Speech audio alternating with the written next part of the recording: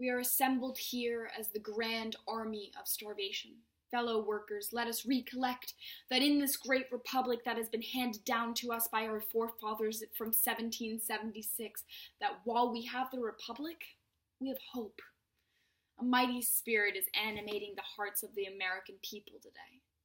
The American people bow down with shame and hunger.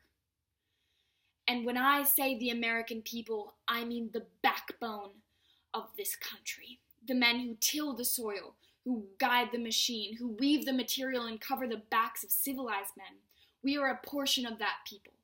Our brothers in the state of Pennsylvania, in New Jersey, and the states of Maryland, New York, and Illinois have demanded of those who have possession of the means of production. Our brothers have made a demand that they may be permitted to live, and that those men do not appropriate the life to themselves, and that they not be allowed to turn upon us to the earth like vagrants and tramps. While we are sad indeed at our distressed and suffering brothers in the states mentioned, that they had to resort to such extreme measures, fellow workers, we recognize the fact that they were driven to do what they have done. We are assembled here tonight to consider our condition. We have come together this evening, if it is possible, to find means by which the great gloom that now hangs over our republic can be lifted, and once more the rays of happiness can be shed on the face of this broad land. There can never come good times in this country until the idle men have employment. What are we going to do with the idle men? Are we going to take them and shoot them? Are we going to let them drop dead? Fellow workers, there is a way to get over this by peaceful means. Say, for instance, there's work for 100 men, and there are 200 men to do it. If the 100 men work for 14 hours a day, let us reduce the hours to 7, and that will give work to the 200. Let us reduce the hours or work to 1/2, and then form a combination, and then demand the wages we want. In order to do this, we have to combine in some kind of labor organization.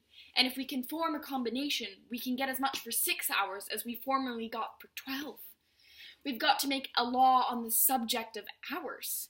Every boss and capitalist and monopolist and railway king and every man who is interested in labor will be opposed to us in this movement. And also the idle rich who live upon our strength.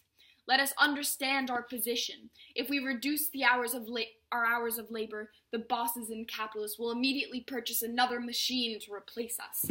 Let us then immediately reduce the hours of labor once more, and in that way we can keep pace with them.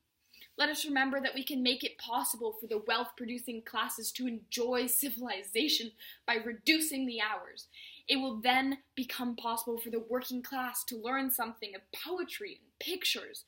But a man who works 14 hours can never be anything else than a downcast, ignorant man. If we become organized, we can carry on the struggle successfully. Let us fight for our wives and children, for it is a question of bread and meat. Let the grand army of labor say who shall fill the legislative halls of this country. Now, if we do this, we can go to work and unite as one people, can go to the ballot box and say the government of the United States shall be the possessors of all the railway lines in the country. If the people go to work and take possession of the railroads and the telegraphs, we extract the sting from the mouths of Jay Gould and Tom Scott, and they can no longer sting us to death. We take their hands the means by which they now enslave us. Let us not forget the fact that all wealth and civilization comes from labor and labor alone. Let us not forget that while we work 10 hours a day, the capitalist puts the value of 7 hours in his pocket. It rests with you to say whether we shall allow the capitalists to go on, or whether we shall organize ourselves. Will you organize? Well, then enroll your names in the grand army of labor, and if the capitalist engages in warfare against our rights, then we shall resist him with all the means that God has given us.